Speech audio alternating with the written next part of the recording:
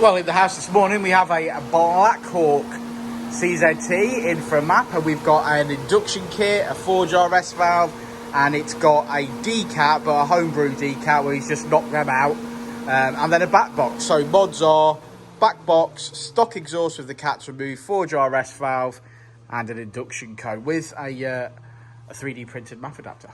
So this is what we're doing today. We're going to run it on the dyno in its current form and see what she makes.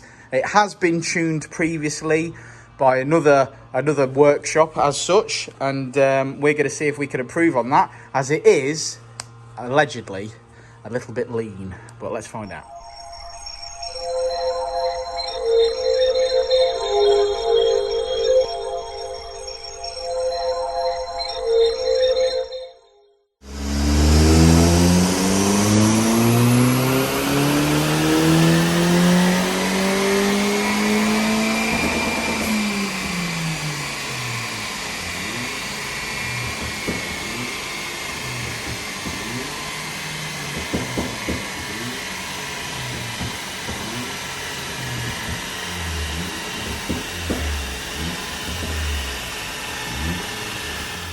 Well, yes, it certainly was a little bit lean, wasn't it, Richard?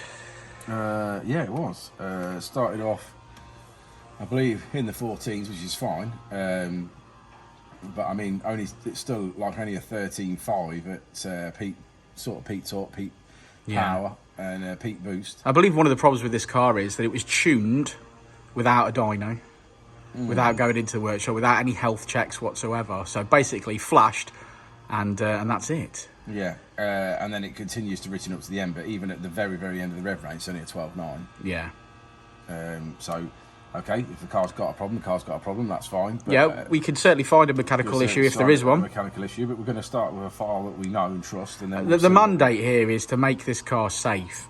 So even if we're not chasing power figures here, it's got to be reliable, and it's got to be safe. It's got to leave here safe. So let's see if we can find a problem, and see if that's just down to the map first. Well, we'll soon find out.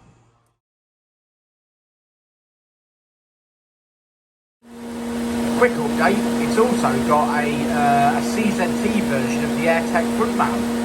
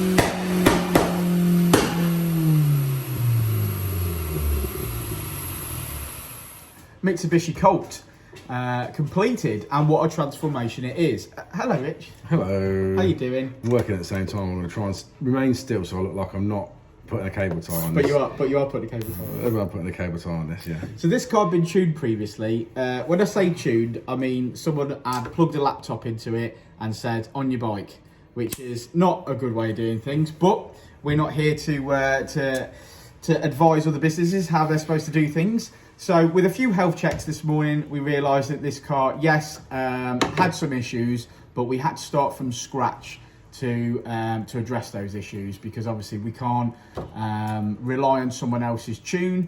So when we started, when we put our what's called our base file on, we started to see some issues, and it turns out that the MAF sensor was a little bit poorly. It wasn't too bad. It was just that the tip-in fuel wasn't reacting as fast as we'd normally see or like, so we assumed it was the MAF sensor. We changed the MAF sensor and that helped, so job done.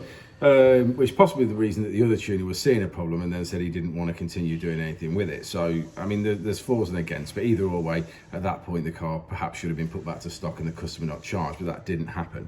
Anyway, again, that's not for us to deal with. Our mandate was to obviously fix anything that needed fixing and tune this car today, which is obviously what we've done. And it's done all right, ain't it? It's done all right. It's made good power, to be fair, for the mods that it's got. Yeah, I think I'm pretty happy with it, to be fair.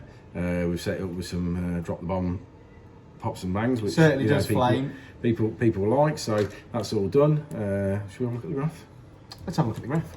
Let's do this. Okay, so as you can see, red line is as it came in, tuned elsewhere, blue line is as she leaves. Plenty of power there that's been had.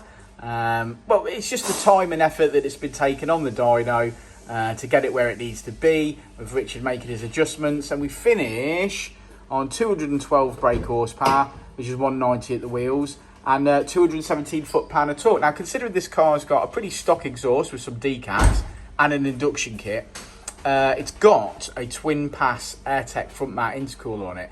So it's got some mods, if not, it's got a 4-jar rest valve as well. But I think this car could do even better, but we're pretty much at the limit of things like clutch and injectors now at this point. So it's the best it's going to be. And I'm really happy with it, and it looks all right, and I quite like the wheels, if I'm honest. They need a little bit of a refurb, but they do look nice, and they do suit the Black Hawk. So there, thanks for sticking around to the end of the video, guys. Like and subscribe and all that jazz, as I always say. Plenty more Colts to be mapped coming up. Yeah, thanks, Rich. We'll see you on the next one, won't we, mate? We will indeed. We will indeed. There we go.